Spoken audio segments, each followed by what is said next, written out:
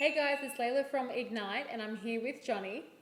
And in today's video, we're going to talk through 5 common mistakes that we see students make in the comprehension paper of the common module.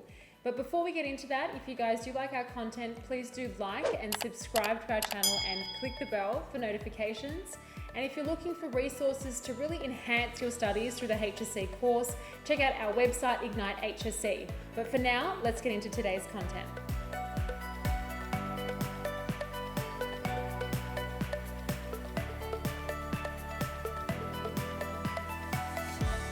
So the first mistake that I see a lot of students make with comprehension levels is they actually don't even do section 1 first. I know, yeah. There are 2 sections to the first paper that students are going to be completing. That's right. You have 10 minutes reading time, and it doesn't make sense to spend 10 minutes reading a single line for the essay question. So you can read that in about 30 seconds. Yep. Admittedly, you need some time to deconstruct that, identify key terms and whatnot. Yep. But let's allocate a minute or 2 to that, and you can do that first of all. Yep. What you should then be doing is using the remainder of the 10 minutes reading time to obviously do the comprehension reading that is quite substantial, and students really do struggle with it. It takes a lot of time. You need basically that whole 10 minutes to do that. Yep. And that includes reading the questions first, which we'll come to. Yeah. But you need to read through the text, look at the visuals, and then when that's all fresh in your mind, you go straight to answering the questions. You don't then go straight to the essay section simply because you think,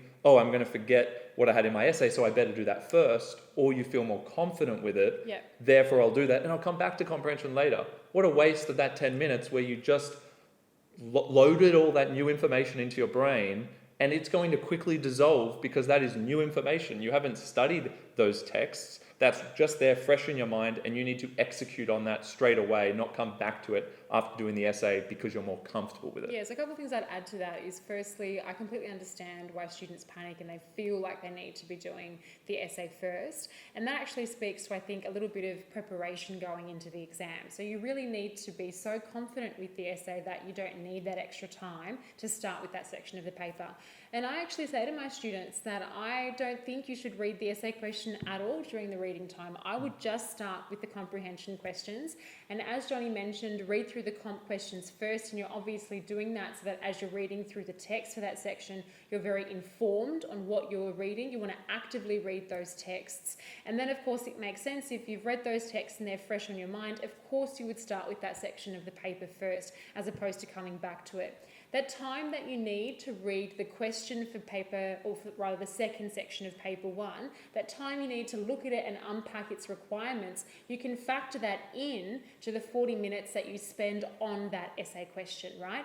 Read it, unpack it, and the way that you can ensure you factor that time in is through doing your draft in advance, making sure that draft of your essay for section 2 takes you 33 to 35 minutes so that you have the 5 minutes to stop and think in the exam, which means the reading time is totally yours to use for reading the comprehension questions and then the text, and then of course starting for that section in the paper as it's first, and you should be completing that section first. Yeah, so there's a few really important points to reiterate there. One being, I think I do agree with you there with the reading time, that actually there's not much to gain from even looking at the essay question. Yeah. I kind of say take a look because I feel like students will just be too tempted to look at it. Yeah, for sure. But there's not much to gain from it. It actually might just make you really anxious because you see a couple of things that you're not familiar with. And that anxiety and that stress going to lift the cortisol, and you're not going to think clearly when you need to think most clearly in the paper is for the comprehension because they're new texts. You know the text very well, hopefully, by the time you get to the essay. That's on a text you've studied at school. When you're looking at a new text and you're trying to take in information, and I know this from personal experience as well, if I feel stressed, I can't take in the words. It's a very overwhelming feeling. That's right. When you know you can't actually absorb anything, it's because the stress is too high, the cortisol's up, and your mind is not open. And reading that essay question and getting freaked out may just compromise that first section as well as the second section, worst case. That's right. And I often find students say, I was looking at the text and I just wasn't seeing anything in the text. I was looking, but I wasn't reading. And that's because you need to control that stress level when you come to that section of paper. Go in there, stay calm. The best way to stay calm is through doing lots of practice papers in advance so that you're totally used to looking at comprehension questions, under time constraints. And if you have done many practice essay questions in advance of the exam as well, you won't be so anxious looking at what the question will be, because you'll know that your exemplar is well equipped to answer that.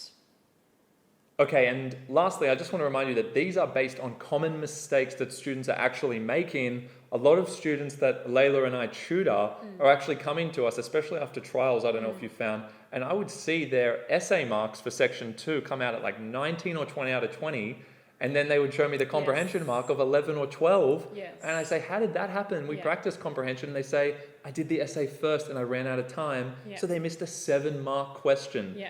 You just cannot do that, and the reason that's happening is because you're going to the essay first and chewing up more time because you're comfortable with the essay. You'll happily take an extra 5-10 minutes on that essay because you're comfortable, but just wait until the very end of the paper when you actually haven't even answered a full 7-marker or you're rushing a couple of 5-markers. It just doesn't make sense overall. You've averaged a 15 for each paper, even though you got 20, a perfect score in one. So you've got to be smart about this. It's such an obvious tip, but do section 1 first. Yeah, 100%. And I think one thing that I would just add to that is when you're going into the exam, if you haven't done practice questions in advance and you haven't had a crack at making sure you only need the 40 minutes for your essay, you will run out of time. You'll be panicked when you do the comprehension, and that'll be to the detriment of your overall marks. And a second mistake that we often see students make, as an addendum to what we've just discussed, is not actually reading the questions for the comprehension first. One thing Johnny and I often teach our students is to read actively and not passively. And what we mean by that is, as you're looking at those texts in comprehension, you need to be asking yourself, what am I looking for in this text? How many quotes do I need? What human experience links am I drawing on? And what sorts of perhaps techniques, forms and features do I need to be discussing? All of that is going to be informed by the questions for that section in the paper. So you must read those questions first, including the mark allocation for them, because that way you also know proportionately how much time you should be spending each of those texts. If you're looking at a long text and it's only worth a 3-mark question, you might not actually have to read the full text and spend time stewing over it. A 3-marker means you only need 2 quotes, quickly read through, find those quotes, find the techniques and move on. You have to be clinical and you have to be quick in the way that you're addressing this section of the paper. Yeah, exactly. So when you read the question and you look at the marks, and as Layla gave, for example, they're a 3-marker or a 4-marker, you want to have a structure in your head. You want to actually have the 3 sentences there, the scaffold visually there in your head. And then as you read the text, you're just filling it out mentally. You know you need to find 2 bits of evidence that you're going to explain and link to the question for a 3-marker, and you know you need a topic sentence. So as soon as you feel like you've got a concept out of the text that connects meaningfully to the question, so you're actually expanding on the words of the question, and you have 2 techniques, different types of techniques, that say 2 different points to support that, you're good to go. You can move on. A lot of students will read those big texts a couple of times, especially when the words aren't all going in and they're freaking out, rather than just zooming in on a couple of paragraphs or stanzas that they are comfortable with and extracting 1 or 2 techniques and being done with it. And I'll just add to that, obviously, it's useful to know what the text is about and to feel like you get the author's intent, but that shouldn't really be your mindset when you're accessing the text. You're really just looking for the bits of evidence that help you answer the question. So what I'm saying here is, don't panic if you don't actually understand what the text is about, so to speak. Just find the quotes that are sufficient to answering the question and you're good to go. Yeah, it's a very ambitious task really to ask you to sit down. You've got about 4 or 5 texts maybe to go through, and you've got 40 minutes and you're in the pressure of an exam, and you're suddenly meant to be understanding why the author might have done this or what they may have meant by all these things. That's just not practical or realistic. It's awesome if you can do that, or at least be confident in doing that, but you've got to understand you don't have to do that. And by first realizing that, that should reduce your stress level when you're approaching this, and realize, all I have to do is get 2 or 3 bits of evidence, have 1 concept that I can prove somewhat with the evidence that I pick. It doesn't have to be the concept that the markers would have thought. It doesn't have to be the biggest or greatest idea that there is. It just has to be an idea that you back up with enough evidence. And obviously as students, you're used to doing modules like Module B, where it's a critical study and you know the context and so on behind the text, the form. They're not looking for that. The markers get it. You're under time constraint. You're under pressure. It's candid, quick analysis. find the quote, link it to the question, identify your technique, and that's purely enough to get you through that section of the paper. Yeah, and the final thing to reiterate that you've said is once you know that key human experience or term that they're looking for, you're looking at the text now only through that lens. So when you're interpreting a particular line or a technique in your head as you're reading through it, this is before you're even in writing time, you've got to think, what does this mean? What does this metaphor, what does this simile mean in terms of that key term in the question? Not just what does it mean to me of my first impression. It might mean something about love to you, but the question's about war. You have to interpret it now in terms of war, not love. So really keep those key terms at the forefront of your mind, because that's going to be the lens through which you are interpreting all of the texts. Yeah. And I guess what we're taking away there is making your response pointed to the question, and as part of that being concise, which I think leads on to our next point about not writing too much for what these questions are worth. Don't feel like you need to overcompensate, for example, for a 3-mark response. Our general rule of thumb is number of marks is roughly how many sentences you should be writing. When I think anecdotally about my experience with the HSC, I would always overcompensate, think 2-marker, let's write way too much, then I know I'm going to get those marks. But quite a silly way of thinking in that circumstance, because of course the time I spent answering that question then would take time away from a later question where I will need that extra time. So look at the marks, write purely what you need for that question and move on. Yeah, and ironically as well, like you might get the marks writing double the amount of sentences that are necessary, but a lot of the time I find that I can read 4 sentences in a 2-marker, or let's say it's a 3-marker and I read 6 sentences, because you're trying to guarantee yourself that mark. Not only are you taking away time from the other questions, but actually ironically often you're not going to get the 3 marks. Because you might have done a fantastic analysis, and a few people will do that and they will get the 3, but a lot of people are only writing that much because they're not confident with each individual sentence that they're writing. Yeah. So if you're writing 6 sentences for a 3-marker and they're only doing 50% each of what they're supposed to do, so you're talking about a lot of techniques but not linking any of them to the question, you're getting 0. You haven't done a successful sentence at all throughout that. So ironically, that's what can happen. You need to be far more focused, and you need to have foresight as to what you need to do in each sentence before you start writing. And then you need to be confident from that point that once you write the 3 sentences, you've got enough evidence for that particular marked question, then you move on. Yeah. And a nice word that Johnny used there was focused. And I also think that leads on to our next point as well, as being focused in terms of the actual terms of the question. What I often see in student responses is that they use their first sentence, what should be the topic sentence, as kind of like a warm-up sentence to say something general about human experience, as opposed to actually unpacking the key term in the question. And what we mean by that is you look at the question, you identify the key term, and you avoid simply restating that key term or the question itself in your topic sentence. Classic example, if the question reads, how does text 1 convey paradoxes in the human experience? In the topic sentence, you should not only be using the word paradox, but you should also actually answer, well, what paradox is the text conveying? So some useful bits of advice that Johnny and I often give our students is to apply micro questions to the key terms in the question, thinking what, how, why, to what extent, or even the relevance, the so what question, and apply those to the question's key terms, and through answering them, you're inherently adding value to the question whilst also ensuring that you're actually using the keywords in the question. Yeah, and just a couple of things on that. When we say ask yourself those questions of what, or what type, or how, or why, or so what, there will be a mini question or a micro question there that stands out as the one to apply. So you don't have to answer all of those types of questions. Often just the what or what type is enough. So as Layla said with the paradoxes, if you just say it's a paradox between X and Y, that's what we mean. That's sufficient. You don't need to say so what and how and why there. You've answered one of the mini questions. And so long as that is answering the question at hand, that's definitely sufficient.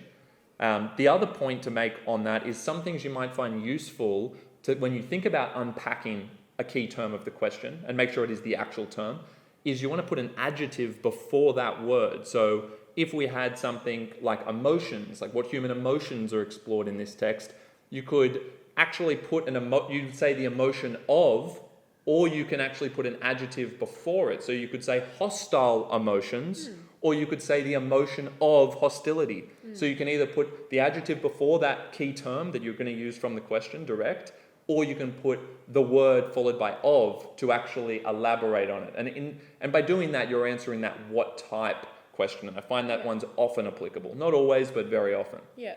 And you're doing that to show the marker that you understand the question to the extent that you can add value to it in some way. So these are really useful tips for that. One other thing I will just say in terms of why we're saying to use the actual term, just to reiterate it, is you want to show the marker very clearly in each sentence of your response that you are staying attuned with the question at hand. If you use the actual word of the question in the topic sentence, which is of course imperative, and then you no longer use it for the rest of the response, the marker might not be convinced that you are actually answering that question. Even if you think you are because you're using synonyms or you're being very clever with the way you're avoiding the actual term and using words that are similar, it's not so obvious when a marker's rushing through the paper. I won't say rushing, but they are moving quickly through it because they've got hundreds of papers to get through. And if they can't see that word pop up, of course you need to expand on it as we said, but you need to include that word, not a synonym. The marker can very easily give you the tick. That's what you want to do. You want to do that all throughout your essays as well. So I aim to use the actual terms in almost every sentence of my comprehension answers. If I was doing it, there would be very few sentences that wouldn't have at least one of the key terms in the sentence. Yeah. And I think you also just want to make sure that if you're looking at a question and you feel super confident answering it because you think, oh, yep, I definitely see how the text relates to this question. In that circumstance, be warned and be extra careful to make sure you're using the specific wording of the question. I often find that when students feel confident in their response, they then implicitly link to the question as opposed to being explicit because they're not actually trying to convince themselves that they understand the question. Whereas when they're actually a little bit unsure, they're really forcing the key term of the question in there to make it look obvious to the marker. And quite ironically, in that circumstance, they actually do better. So my point is, when you look at the question, you feel you understand it really, really well, be extra careful to make sure that you're super explicit in the way you engage with the question. Yeah, force yourself to do the right thing. Something we always say. So. Yeah, exactly. And our last point? Our last point is that when you're approached with a longer answer, so a 5, 6, 7 or 8 mark question, you need to have a lot of foresight with that type of question because your answer is no longer just one short paragraph. It's no 3 or 4 sentence response like a 3 or 4 marker. Instead, you're at least going to be having 2 body paragraphs, and often, especially with a 6, 7 or 8 marker, you're going to have an introduction, 1 sentence, 2 sentences maximum, and a 1 sentence conclusion to link it back. So because you've got those 2 body paragraphs to think about, you need to split your ideas up. You need to have 2 ideas that you can split the key term of the question with or offer 2 different perspectives on it, and you need to pick those ideas very selectively. Don't just think of 2 random ideas that relate to it and use that. Think about 2 that you know you have evidence in the bank to actually support. So think of 2 ideas, different ideas, maybe they're opposite ideas, maybe one's offering one point of view, the other idea is the complete reverse of it. And then when you're actually going to answer that question with those 2 body paragraphs, you can show 2 different perspectives and you know you've got evidence, at least 2 or 3 bits of evidence to actually support each of those points. But I guess the key point is the foresight. Don't start planning your answer. Don't write that introductory sentence before you actually know the 2 topic sentences, the 2 key ideas that you're going to divide your response with. Yeah, Johnny really said it all there. I guess the main point that we're iterating here is that you don't want to run the risk of having an inconsistent argument in your response. You want to prove to your marker that you understood the question from the get-go, but that there is consistency, and cumulatively your marker is convinced that the argument you've presented in the thesis has actually been supported. So look at the question, think about the key term, know the 2 avenues or the 2 subpoints you would raise in relation to that question, or alternatively, if the question is calling on 2 different texts, perhaps you would have 1 text per paragraph. We do also have some vids explicitly linking to how to structure comprehension responses, so they would be useful if this is kind of foreign to you or you want it clarified. But point being, look at the question, plan in advance, and make sure you don't run the risk of presenting an inconsistent or an unjustified thesis statement. And to avoid that, know what evidence you're going to raise, know your points, and make sure they're foreshadowed in your thesis statement. Well said. So if you enjoyed the video, guys, please make sure you do subscribe to our channel. We're going to be releasing a lot more content this year and onwards. And do also click the bell so you get notified. Like the video if you enjoyed it, and check out our website at ignitehsc.com.au for our comprehensive HSC English resources. We look forward to seeing you in the next video. Thanks, guys. See you then.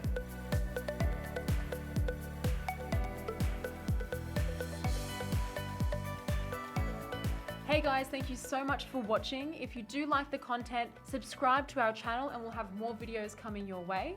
That's right, guys. Thanks for watching. And please make sure you check out our online resource database. We've had a team of state rank achievers and heads of English put these together for you, covering everything from essay structures and examples all the way through to craft of writing and comprehension skills. So check them out at ignitehse.com.au, and we look forward to seeing you in the next video.